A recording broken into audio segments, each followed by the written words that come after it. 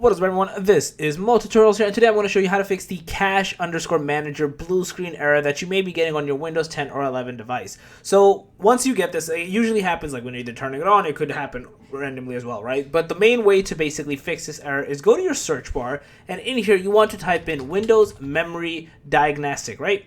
Basically, when you see this pop up, click into it and you'll get two options. The first one is restart now and check for problems. So this is basically the main one. And then the check for problems next time I start my computer. You want to do the first one, and once you do this, it's going to restart, it's going to turn it on, it's going to do like a diagnostic off your computer essentially to give you any problems, and from there you'll be able to essentially clear the cache and like fix this cache manager issue that you may be facing. So yeah, that's basically it. That's all you need to do, and then you should be good to go. So yeah, if you guys already like this video, please smash that like button up. Guys are new to the channel, make sure to subscribe, click that notification bell. That Multi-Tutorials out. Peace.